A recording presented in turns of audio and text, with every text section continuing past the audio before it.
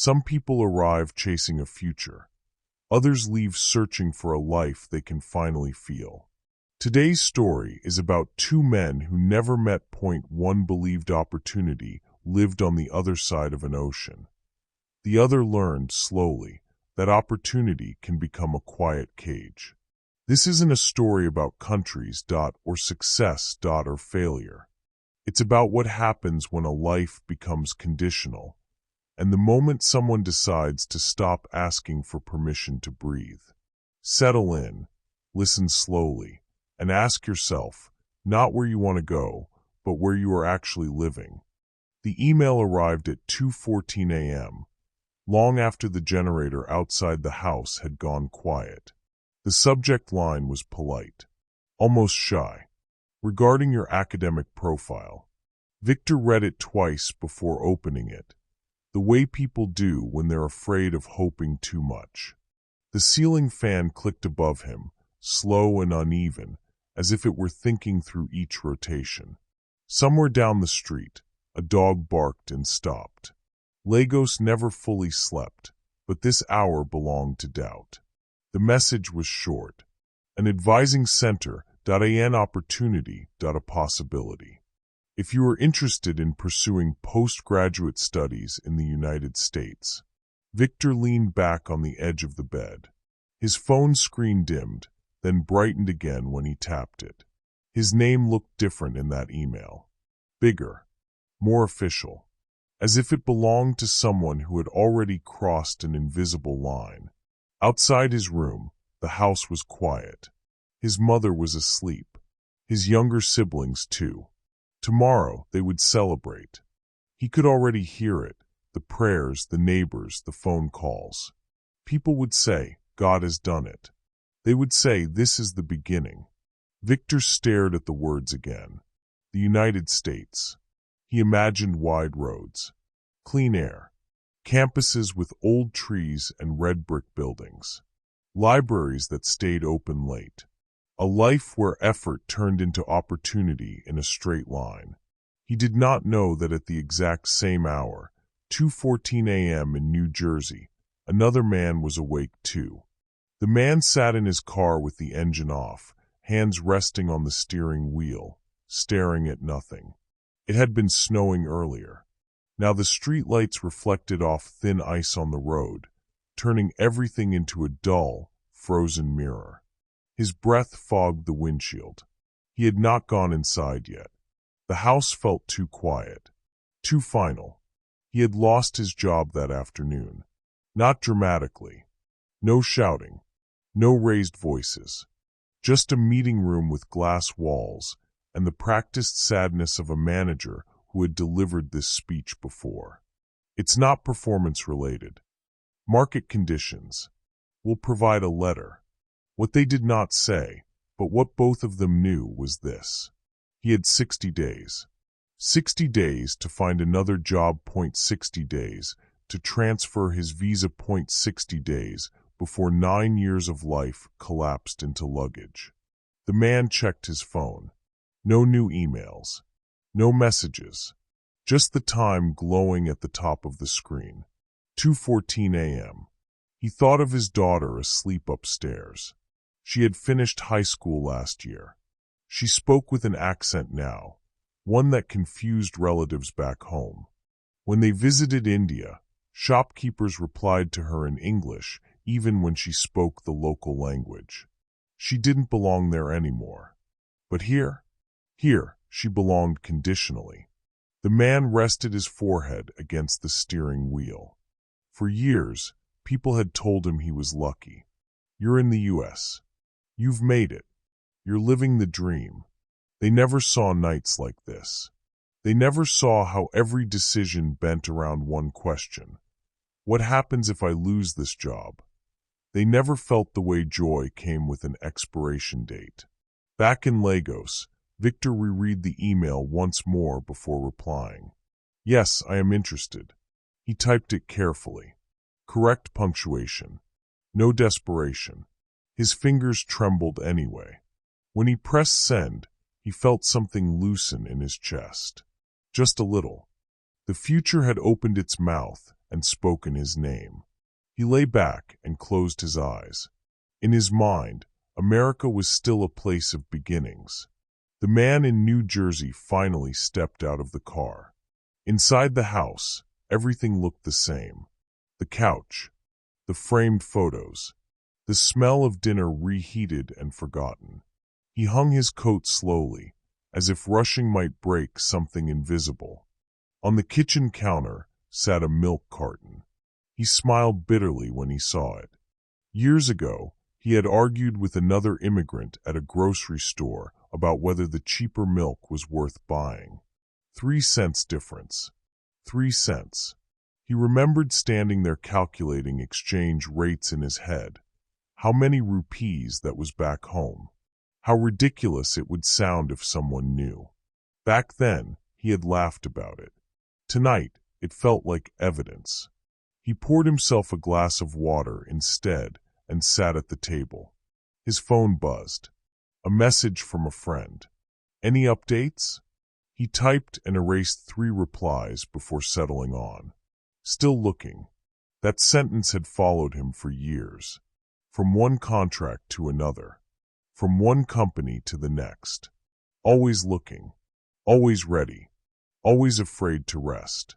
He opened his laptop and began searching job boards. His resume was already polished. Perfected. Optimized. It had to be. His life depended on it. As he scrolled, he wondered when exactly his life had shrunk to this rectangle of light. Weeks later, Victor would stand outside the U.S. Embassy in Abuja, documents tucked neatly into a folder. He would look around at the other applicants, some nervous, some confident, some rehearsing answers under their breath. He would feel proud. He would feel chosen. He would not yet know that somewhere across the ocean, a man just like him once stood with the same hope folded carefully in his chest. And that hope, while real, came with fine print. For now, Victor believed what everyone told him. That opportunity always meant freedom. That success was a place. That arrival was the same thing as living. The man in New Jersey used to believe that too. The night stretched on. One young man dreaming of departure point, one older man calculating return flights he never thought he'd need. Neither of them knew the other existed, but they were already part of the same story. Victor's visa was approved on a Tuesday morning. He stood outside the embassy gates holding his phone, staring at the message like it might disappear if he blinked too long. Around him, people were already calling home, voices lifted, laughter spilling into the street. "America!" someone shouted. Victor didn't shout. He walked a few steps away, found shade, and sat on a low concrete barrier. His hands felt oddly calm. The joy came later, quietly, like a tide that didn't crash but kept rising. That night, his house filled with visitors. There were prayers. Long ones. The kind that stretch past gratitude into instruction. God was thanked in advance for protection, for favor, for green cards that had not yet been applied for. Someone said, "This is just the beginning." Someone else said, "Don't forget us." Victor smiled, nodded, accepted envelopes pressed into his hands. Advice came freely. Work hard. Obey the law, don't argue with police. Save money, come back successful. Nobody told him how quiet it would be. In New Jersey, the man, let's call him Arjun, because names matter when you're trying to remember who you used to be, had entered day 37 of unemployment. He marked the days without meaning to. The number lived in his body now. Every morning started the same way. Email, job boards, recruiter messages that sounded hopeful but never committed. We'll circle back. Still waiting on approval. Let's reconnect next week. Next week was dangerous language. He had learned that the hard way. His wife tried not to show her worry. She packed lunches anyway. She asked normal questions. She said things like something will come. But Arjun saw it in the way she checked her phone late at night, the way she paused before spending money, the way silence had moved into their conversations like a third person. That afternoon, his daughter asked, "Are we going back?" He knew what she meant without clarification. "Not yet," he said. She nodded, pretending that answer was enough. Victor arrived in the U.S. in late August. The airport smelled like cleaning chemicals and coffee. Everything was orderly. Signs were clear. Nobody shouted. When the immigration officer stamped his passport, Victor felt a physical jolt, like something sealing shut behind him. Outside, the air was cooler than he expected. Clean. It made breathing feel intentional. The campus looked like something from a brochure. Wide lawns. Students walking with confidence, headphones on, eyes forward. Nobody seemed to be waiting for permission. Victor told himself, this is what freedom looks like. Classes started fast. The workload was heavy, but manageable. Professors encouraged questions. People called him by his first name. For the first time in his life, Victor felt seen for his mind before his background. He stayed up late studying, not because he had to, but because he wanted to. When he called home, his mother said, "You sound happy." He was. Arjun got an interview on day 42. A recruiter called him while he was cooking lunch. "We'd like to move forward quickly," she said. "Can you interview tomorrow?" Arjun almost laughed. Tomorrow was a gift. He spent the night preparing, reviewing system designs he had built years ago, practicing answers out loud, ironing a shirt he hadn't worn since his last job. The interview went well. Too well. "We'll be in touch," they said, smiling. He had learned not to trust smiles. Day 49 came and went. Then 52. On day 55, his phone rang. They had chosen someone else. Arjun thanked them politely and hung up. That night, he sat on the edge of the bed and did math he had avoided for weeks. Flights, shipping costs, school transcripts. The cost of starting over in a country he no longer fully recognized. He wasn't afraid of hard work. He was afraid of being reduced to a temporary condition forever. Victor learned the first unspoken rule during his second semester. A classmate invited him for coffee. They talked about coursework, about plans after graduation. When Victor mentioned wanting to explore options, the classmate's tone shifted. "Oh, I mean if your visa allows it." That sentence followed Victor everywhere.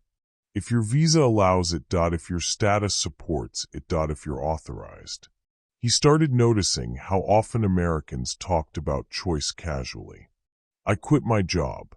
I'm taking a break. I'll figure it out." Victor didn't say those things. He couldn't.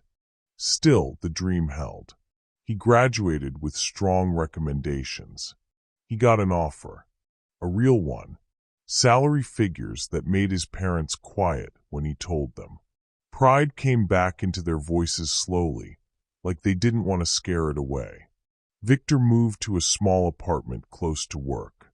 He bought furniture from Facebook Marketplace. He learned to cook for one. Loneliness arrived without warning. Not dramatic loneliness. Not sadness. Just long evenings where nobody called, nobody knocked, nobody expected anything from him beyond performance. He filled the silence with work. Arjun received one last offer on day 58. A contract role. Lower pay. No guarantees. But it transferred his visa. He accepted immediately. Relief washed over the house. His wife cried. His daughter hugged him harder than necessary. For a moment, the future felt stable again. But Arjun knew better now. The clock had only reset. At work, he kept his head down. Said yes to everything. Stayed late. Avoided conflict. He was valuable, but never irreplaceable. At night, He scrolled through messages from friends back home. When are you coming? You've stayed long enough. Life is moving on here too. He didn't reply. Years passed. Victor changed jobs once, then twice. Each time came with paperwork, deadlines, quiet panic. He learned which recruiters to trust and which words meant nothing. He watched people around him quit freely, move cities, start businesses. He learned to smile and not envy them openly. He was successful, but success felt narrow. One evening, scrolling through social media, Victor saw a post celebrating a Nigerian student being invited to study in the U.S. The comments were full of joy. Lucky, this is the dream. God has opened the door. Victor stared at the screen longer than he meant to. He wanted to type something honest. He didn't. Arjun booked one-way tickets 3 months later. Not in anger, not in defeat, just clarity. He packed quietly, gave away furniture, closed accounts, explained to his daughter that home could exist in more than one place, but peace needed space. On his last night in the house, he stood by the window and watched snow fall again. He felt lighter than he had in years. Victor would not know Arjun's name. Arjun would never know Victor's. But one of them was arriving, and the other was finally leaving. Victor noticed the change on an ordinary Wednesday. Nothing dramatic happened. No bad news. No email from HR. No visa scare. Just a moment in the elevator at work, standing between two colleagues talking about weekend plans. I'm thinking of quitting, one of them said casually. Same, the other replied. I just need a reset. They laughed. The doors opened. Life continued. Victor walked to his desk and sat down, but something stayed behind in that elevator. A thought he could not shake. They can leave without leaving.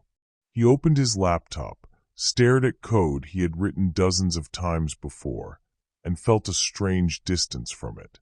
He was good at his job. That had never been the problem. The problem was how much of his life now existed around the job instead of inside it. That evening, he didn't cook. He didn't study.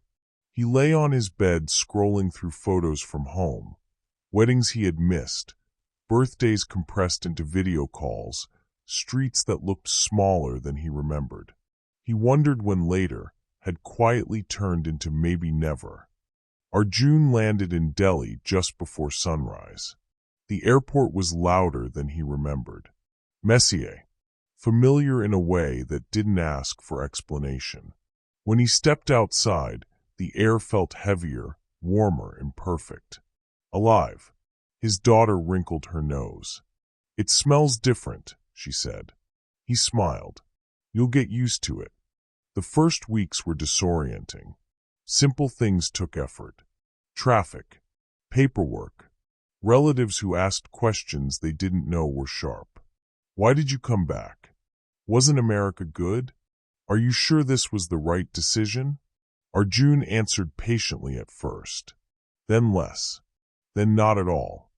Because the truth was complicated, and explanations demand energy he no longer wanted to spend.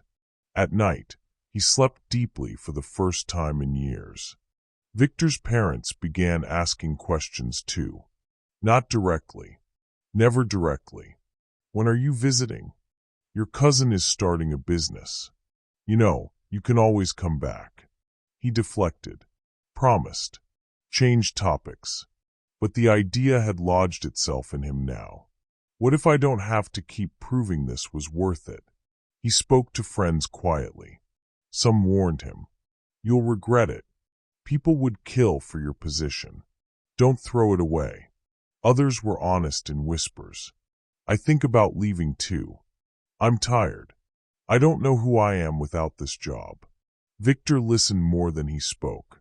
Arjun found work again. Not glamorous, not global, but honest. The pay was less. The stress was different. No ticking clock tied to paperwork. No quiet fear under every success. One afternoon, He took a long lunch with his daughter. They walked through a market, arguing about snacks. She laughed more now. Louder. Freely. "You seem different," she said suddenly. "How?" he asked. "You're here," she said, and shrugged, as if that explained everything. It did. Victor made his decision slowly. Not in a moment of crisis. Not after losing anything. He decided while still successful. Still stable. Still admired. That mattered to him. He gave notice at work. His manager was surprised. "Is everything okay?" "Yes," Victor said, and meant it. Packing was harder than he expected. Not because of things, but because of who he had been here. The disciplined version. The cautious one. The man who never missed a deadline because the cost of failure was always too high. At the airport, he looked around at faces moving in every direction. Some arriving. Some leaving. All believing their reasons were permanent. He smiled to himself. Nothing is permanent. When Victor landed back home, the noise hit him first. Then the warmth. Then the feeling, strange and grounding, that life was happening whether or not he optimized it. People asked him if he was happy. He learned to answer honestly. "I'm learning." That seemed enough. Arjun and Victor never met. They lived in different cities, different countries, different stages of life. But they shared a quiet truth. That luxury is not the same as freedom. That opportunity can become a cage if it's the only one you're allowed to keep. That sometimes the bravest thing you can do is leave without failing. Years from now, someone else will stand in line at an embassy, heart full of hope. Someone else will sit in a car at night, counting days. The cycle will continue. But every once in a while, someone will choose something harder to explain and easier to breathe. Not a better country, not a bigger salary, not a louder success. Just a life that feels like their own. If you've listened this far, you already know. Not every departure is a loss. Not every return is defeat. And not every dream tells you the full cost up front. Some people stay and feel empty. Some people leave and feel whole. Some people do everything right and still feel like guests in their own lives. Maybe success isn't about where you end up. Maybe it's about whether your life belongs to you when you get there. Tonight, as the noise fades, ask yourself one quiet question. Are you living or just staying? Good night.